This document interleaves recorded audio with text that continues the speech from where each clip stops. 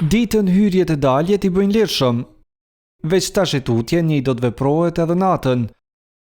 Studentët kurdo që kthehen në qendrën ku banojnë, jashtë s'do të mbesin, pasi tashmë është marrë vendim që konviktet të mos mbyllen më me qels.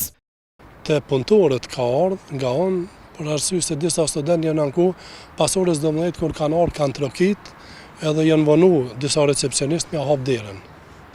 E ka prit dikush 10 minuta ose 15 minuta, e nuk ka qenë dera e hapur. Për ata kemi thonë dera nuk bën më mbyll më. Krejt këto probleme studentët thonë se janë përsëritur jo rallëherë, prandaj mos vendosja e drynit nëpër ndërtesat ku banojnë është përparësi. Veç druajnë se kjo edhe mund të keqpërdoret.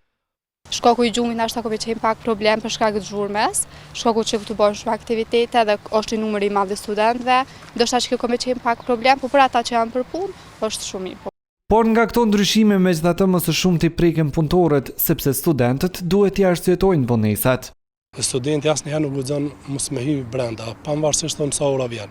A vjen ora 1 natës, a 3, studenti ka me hy.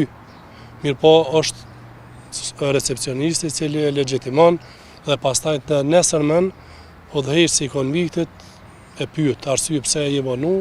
Deri tash studentët pas orës 12 s'kishin mundësi të futeshin brenda pa qelsin kryesor të ndërtesës që e kishte roja.